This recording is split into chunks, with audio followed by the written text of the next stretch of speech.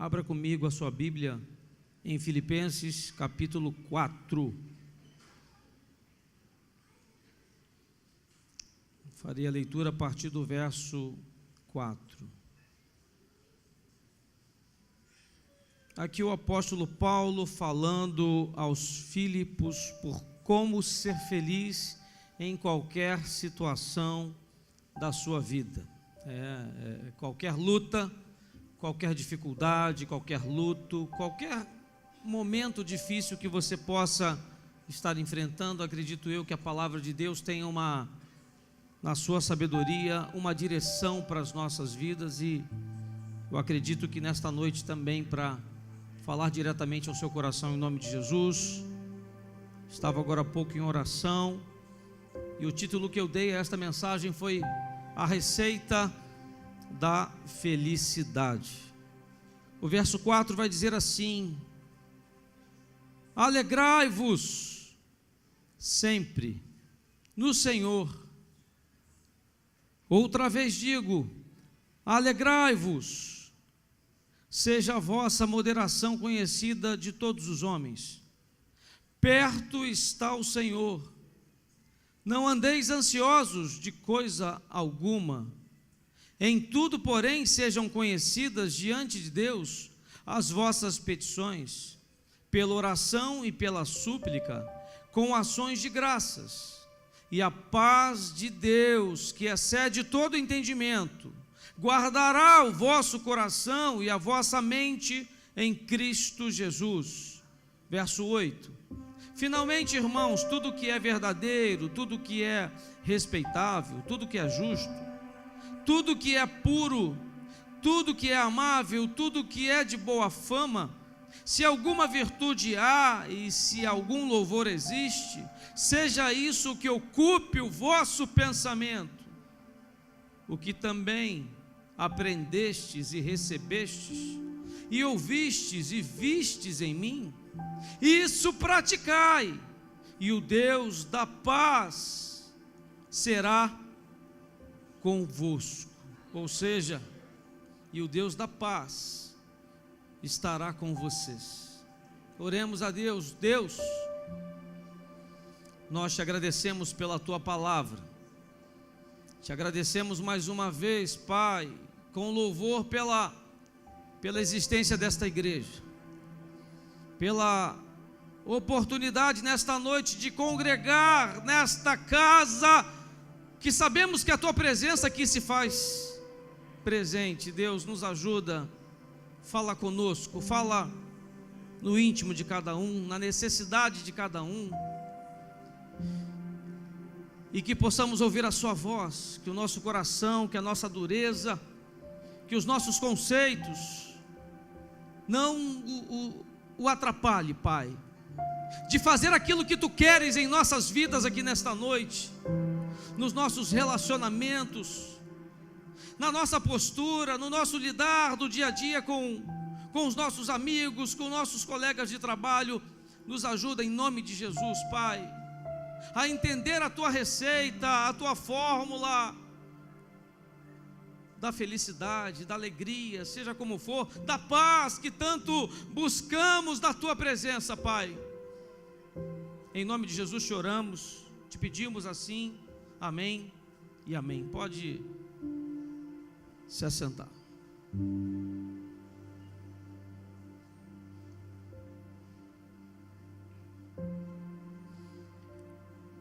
Eu quero começar essa mensagem, essa meditação de hoje, dizendo a você que apesar da luta no qual aqui você chegou, da dificuldade, da dor, do lamento que você possa estar enfrentando, apesar disto tudo, eu acredito num Deus que tem uma promessa nesta noite para mim e para você. Nós vivemos em busca de felicidade, como na qual aqui eu orei, em busca de uma tranquilidade humana, no qual nós precisamos, dependemos, vivemos em busca de paz, e tudo que fazemos diariamente na nossa vida, buscamos o objetivo de tentar descobrir uma maneira de ser feliz. Assim eu entendo, e acredito que você também. Por isso que trabalhamos, por isso que projetamos sonhos, por isso que fazemos projetos de vida, por isso que nos casamos, por isso que administramos os nossos bens, os nossos recursos que chegam até as nossas mãos, por isso que nós educamos os nossos filhos da melhor forma possível, ou tentamos que assim seja. Mas vamos viver, apesar disso tudo, das tentativas, dos feitos, vamos viver as dificuldades, as lutas, as batalhas que teremos que enfrentar. Alguns aqui talvez não estejam enfrentando batalhas apenas em uma área, mas em duas, em três ou até mais. Mas eu quero mais uma vez te lembrar que através desta palavra de Deus aqui lida nesta noite, que esta também é a vontade de Deus para as nossas vidas, para a sua vida, em nome de Jesus, creia nisso. E é por isso que eu quero me basear nesta mensagem, no qual dei eu o título de Receita da Felicidade. Nesse texto aqui que acabamos de ler, encontramos Paulo, como já falei, ensinando aos crentes, aos filipenses, a serem felizes em qualquer circunstância da vida. Mas como assim, pastor? Podemos ser felizes em qualquer circunstância da vida, se há momentos da nossa vida que vamos viver a dor, o luto, a tristeza, o desapontamento, o desânimo, né? Há momentos em que vamos nos decepcionar uns com os outros, é natural, é normal, somos humanos. Mas quais são então esses ingredientes, essa fórmula, essa equação aí, essa receita aí de felicidade, pastor? A primeira delas que a gente observa aqui nesse texto é: alegrem-se no Senhor. É o que nós viemos aqui fazer nesta noite. Eu creio que há pessoas aqui vivendo lutas. Eu sinto que há pessoas aqui vivendo decepções na sua casa, no seu casamento, no seu relacionamento com seus filhos ou com os seus pais. Talvez há pessoas aqui vivendo tristezas pela falta do seu emprego, ou no emprego está, mas está tendo um problema com o seu supervisor ou com o seu colega de trabalho, e por isso a tristeza também o acomete. Há pessoas que estão preocupadíssimas aqui nesta noite. Há pessoas que estão depressivas. Há alguns que talvez nem até aqui chegaram, ou se chegaram, não conseguiram ainda focar o seu pensamento, os seus ouvidos daquilo que Deus está a falar, porque a mente, o pensamento foge a todo o momento. Mas o verso 4 vai nos dizer: alegrem-se no Senhor, alegre-se sempre no Senhor. E outra vez eu te digo, olha o que Paulo está a dizer: alegrem-se. Mas está difícil, pastor. Mas eu não consigo.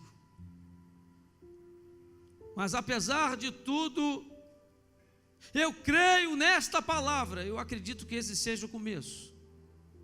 Esse seja o momento no qual Deus separou para começar a recarregar as suas baterias e fazer com que você saia daqui muito melhor, muito mais forte, preparado para a continuidade dos dias que você terá que viver na sua vida. Estamos no ano da unidade. Olhe para o irmão que está ao seu lado. Eu sei que eu não sou muito de fazer isso, mas olhe para o irmão que está ao seu lado e diga, exercite isso. Diga para ele: alegre-se no Senhor, confie no Senhor. Apesar das lutas, creia que Ele está a mudar. Dê uma palavra de ânimo e de vitória ao seu irmão.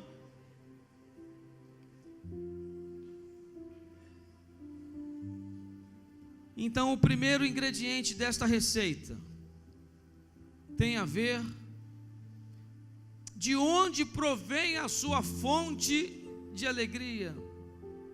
Perceba que de um modo geral, temos sido treinados a pensar que as nossas fontes de alegria, de mudança, elas estão baseadas em encontrar um amor romântico que podemos desfrutar. Para muitos, o seu sucesso pessoal que almeja alcançar. Para outros, entende que encontrar a felicidade, a paz e a alegria está baseado nos recursos financeiros que muitas das vezes buscamos conquistar, e não tem nada de errado nisso. Mas se você deseja ser feliz em toda e qualquer circunstância da sua vida, então a fonte da sua alegria deve estar em um lugar mais sólido e imutável. A sua alegria precisa vir do Senhor nosso Deus, daquele que está aqui, na confiança, entrega e fé de que o Espírito Santo, apesar das lutas nas quais aqui chegou, ele está agindo. Assim eu creio. A sua fonte, ela precisa estar da sua comunhão com Deus, da sua comunhão com o irmão, da sua comunhão, da sua alegria com a igreja de Cristo, com o propósito que Ele tem para a sua vida.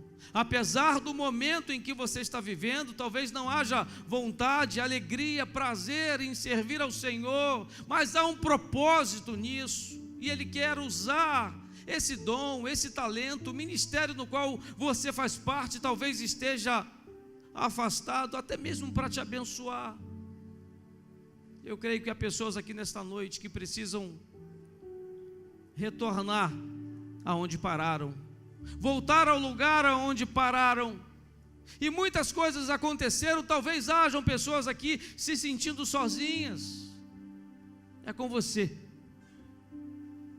que Deus quer falar nessa noite, mudar esse quadro e essa situação. Eu creio que o Senhor esteja intervindo, sim, nas circunstâncias que estão ao seu redor. E quando à casa de Deus nós chegamos e colocamos isso para fora, e oramos e suplicamos a Deus, Ele nos responde, Ele age. Por mais que você não esteja ainda a perceber, Ele já está a fazer o milagre na sua vida.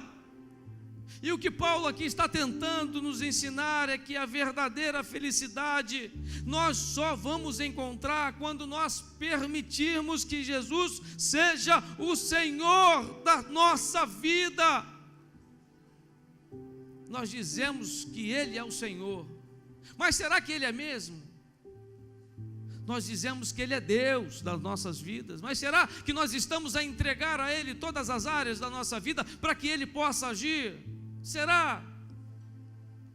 Será que quando assim estamos falando, a fé naquilo que estamos proferimos? Então passe a mudar o teu pensamento, passe a mudar aquilo que está a te mover, passe a se entregar, porque Paulo, quando escreveu esta carta, ele estava preso em Roma. Olha a situação de Paulo, ele estava preso e escreve esta carta agradecendo à igreja por ter mandado suprimento financeiro para o seu sustento na prisão. Este homem estava preso, este homem estava encarcerado, ele estava a sofrer, ele estava vivendo um momento de muita luta. O Estado não sustentava os prisioneiros daquela época. Ele, os seus familiares e amigos é que financiavam a sua prisão, assim era naquele tempo. Mas ele para tudo e começa a escrever cartas, e essa carta ele falava em alegria, a alegria que ele sentia, apesar de preso, apesar de sofrendo, ele transmitia alegria a todos que o rodeavam, aos soldados, aos prisioneiros. E ainda escrevia uma carta no qual iria ser direcionada a abençoar uma igreja e também as nossas vidas por toda a história humana. Mas nós, quando estamos tristes, estamos caídos, estamos por algum motivo desanimados, nós paramos. Mas a vontade do Senhor é nos fazer nesta noite voltar à tua vontade. Então volta a entregar a sua vida ao Senhor nosso Deus, volta a entregar a sua história a Ele.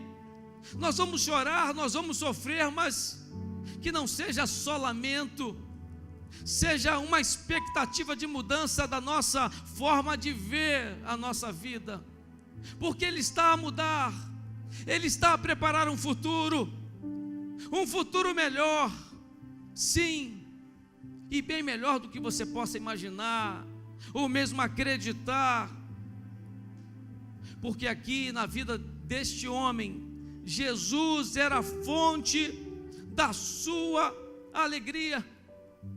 Então que Jesus seja também a fonte da nossa alegria nesta noite, Ele seja o nosso Senhor, que apesar do luto, que apesar da dor, apesar das decepções, nós possamos entregar tudo isso e colocar aos pés, ao altar do Senhor, e deixar Ele agir, e remover do nosso coração, da nossa alma, da nossa mente, toda a tristeza, toda a dor, todo o lamento, todo o sofrimento, toda a depressão, toda a opressão maligna. Seja o Senhor a reinar em nossas vidas nesta noite.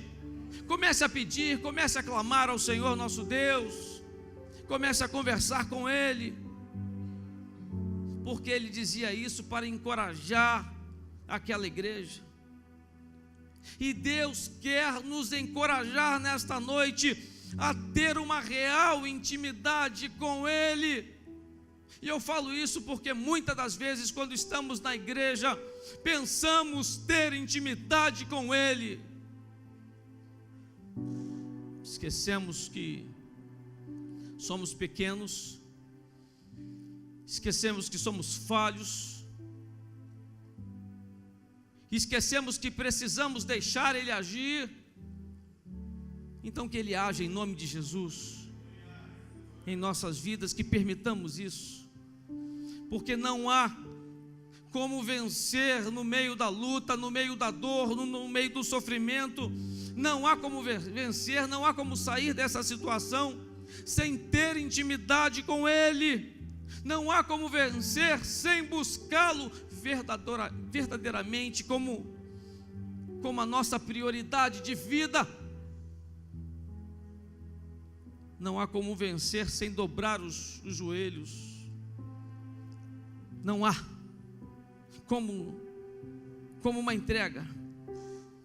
Não há como vencer sem examinar as Escrituras. E como crentes, talvez essa seja a atitude, o ato diário de menor tempo dedicado à palavra do Senhor, porque a nossa agenda é um vai e volta, é uma correria. Temos tempo para tudo, mas não temos para dobrar os joelhos, nem examinar as Escrituras. E não há como vencer esse momento que talvez você esteja vivendo sem honrar a Deus. E quando eu falo honrar a Deus,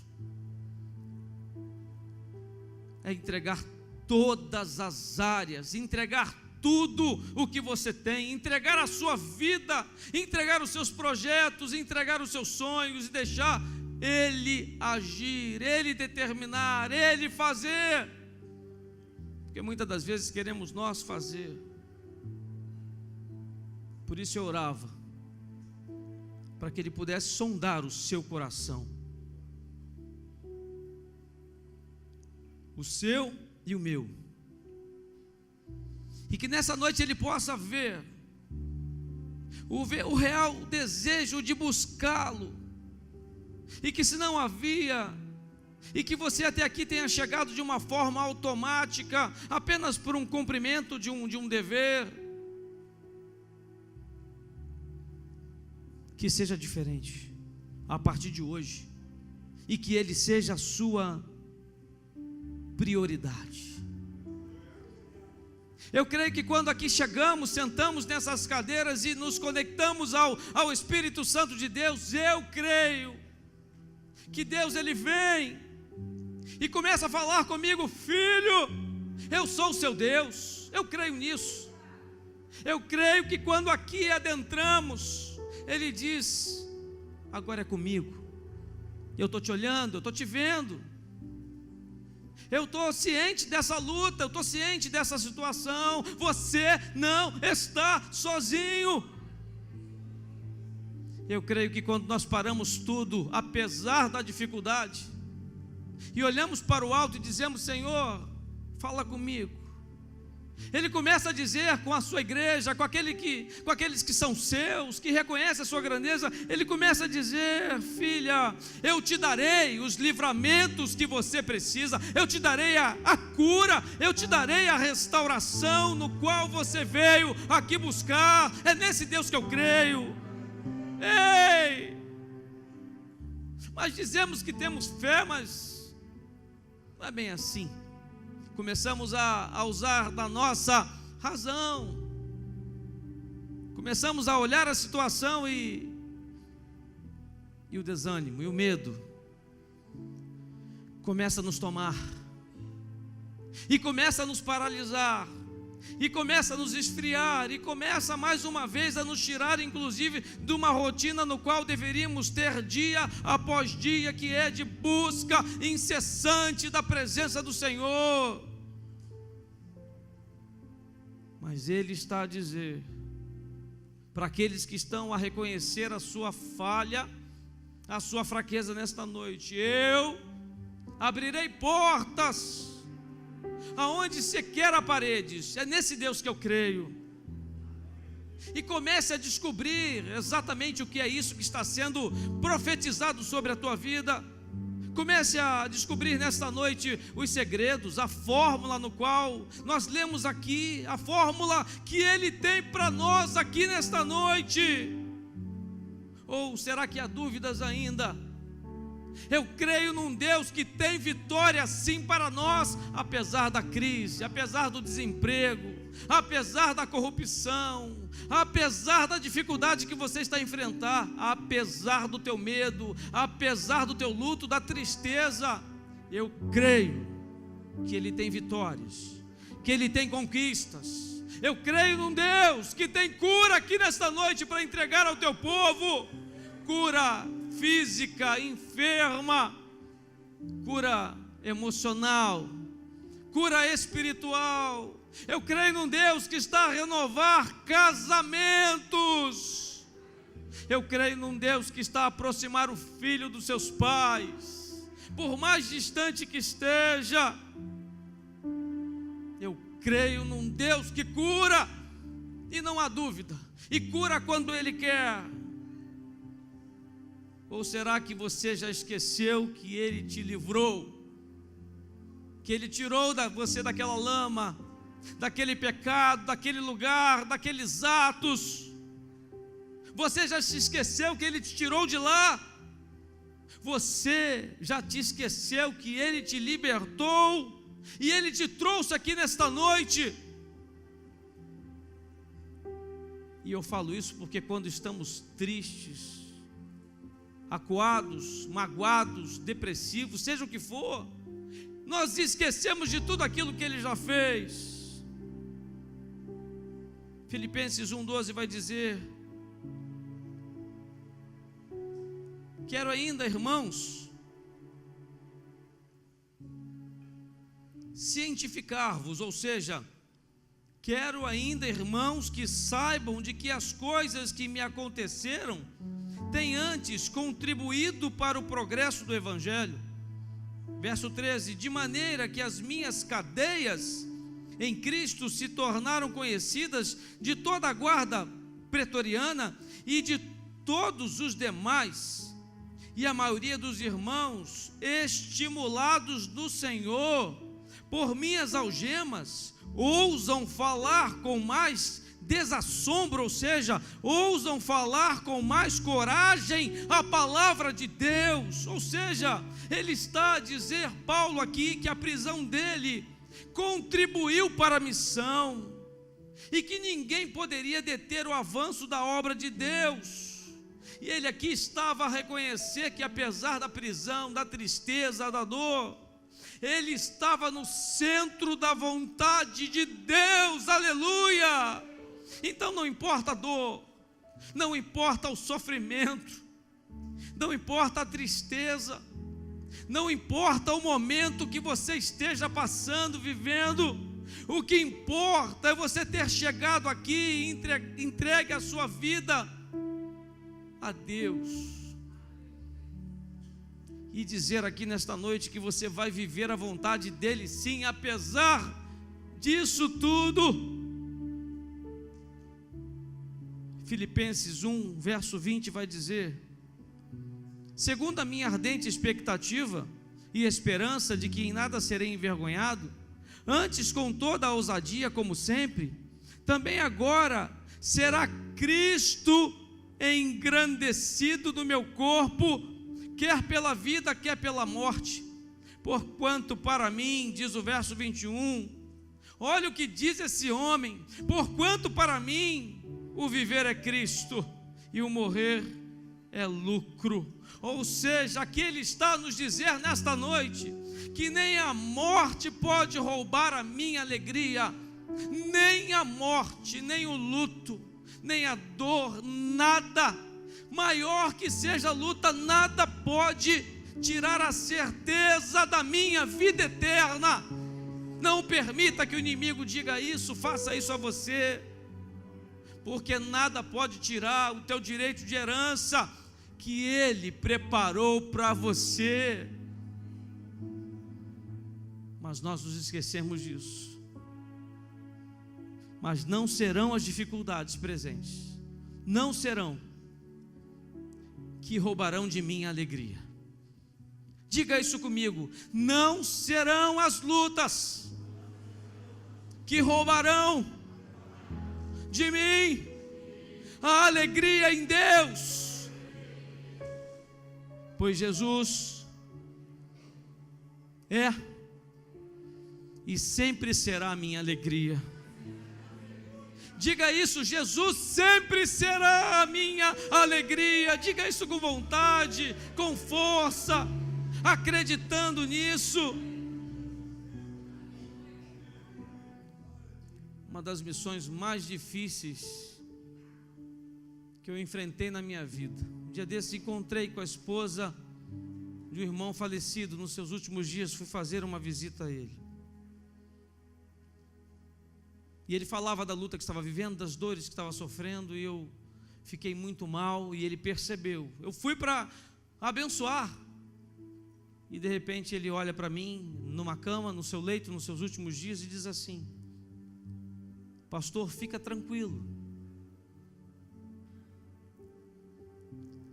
E eu por dentro dizendo: como ficar tranquilo? Fica tranquilo porque eu sei para onde eu vou. Fica tranquilo porque o Senhor já cuidou de tudo, da minha esposa, dos meus filhos, da minha casa. O Senhor já providenciou tudo. Eu vou ao encontro dele, e eu pensava: meu Deus, quanta força, quanta fé, e eu aqui a me lamentar pela vida dele. Mas ali havia um propósito, e hoje nós entendemos qual era esse propósito. Só que eu não vou falar sobre isso, porque isso é um testemunho que virá um pouco mais à frente, aos meses à frente. Mas ele descobriu que tudo que ele viesse a ter, a passar, o Senhor estaria com ele, cuidando de todos os detalhes, porque era o Senhor que era o comandante da vida dele. E é isso que às vezes nos falta. Filipenses capítulo 3, verso 7, vai dizer assim: mas o que para mim era lucro, isto considerei perda por causa de Cristo. Sim, deveras considero tudo como perda por causa da sublimidade do conhecimento de Cristo Jesus, meu Senhor, por amor do qual perdi todas as coisas e as considero como refúgio, para ganhar a Cristo e ser achado nele, não tendo justiça própria, que procede de lei, senão a que é mediante a fé em Cristo, a justiça que procede de Deus, baseada na fé. Verso 10: para o conhecer e o poder da sua ressurreição e a comunhão dos seus sofrimentos, conformando-me com ele na sua morte, para de algum modo alcançar a ressurreição dentre os mortos. Aqui nos diz que quando Jesus é a nossa alegria, tudo mais fica para trás, e o alvo da nossa vida passa a ser Ele, igreja. E para concluir, Filipenses 3,13: irmãos, quanto a mim não julgo havê-lo alcançado, mas uma coisa faço, olha o que diz aqui o Senhor: esquecendo-me das coisas que para trás ficam. Esqueça, ou então se esforce, lute para não continuar amarrado às coisas do passado, às tristezas, às lembranças, aos feitos, aos erros, aos pecados, seja o que for, esquecendo-me das coisas que para trás ficam. Olha o que diz aqui o final do verso: e avançando, nós vamos avançar, igreja, avançando para as que adiante de mim estão. Há uma história, há um projeto de Deus para a sua vida, diante da sua vida. E o verso 14 vai dizer: prossigo para o alvo, prossigamos em Cristo Jesus, para o prêmio da soberana vocação de Deus em Cristo Jesus. Ou seja, quando o foco da nossa alegria é Cristo, seu plano, sua vontade, quando o nosso foco é o seu poder, a sua glória, a eternidade que Ele tem preparado para nós, o que poderá roubar a nossa alegria? O que? Nada e nem ninguém, porque nós estamos entregando a nossa vida ao Senhor, nós estamos entregando as lutas, nós estamos dizendo: Senhor, eu confio em Ti, eu aguardo em Ti, eu espero os Teus feitos, os Teus milagres. Não sou eu que vou fazer, é o Senhor. Quer ser feliz? Faça de Jesus a sua alegria. O problema é que muitas das vezes o marido quer que a esposa seja a sua alegria. A esposa espera que o marido seja a sua alegria, e por mais que nos esforcemos, não vamos nunca conseguir alcançar a vontade de um para com o outro. Mas quando deixamos Ele agir, quando dizemos: Senhor, não será mais aquilo que eu tenho vontade de fazer ou falar, mas aquilo que o Senhor me mandar, aí faremos tudo diferente, e teremos condições de deixar o Senhor nos fazer feliz no nosso casamento. A mesma coisa eu digo no trabalho. Mas queremos fazer e praticar tudo aquilo que nos vem em mente. Não paramos, não oramos ao Senhor, não clamamos a Ele, não perguntamos a Ele qual é a sua vontade. Mas que aprendamos nesta noite a fazer diferente. E um outro tópico que quero tratar é sobre a moderação visível no seu estilo de vida. O verso 5 que nós lemos aqui disse: que a moderação de vocês seja conhecida por todos, porque perto está o Senhor.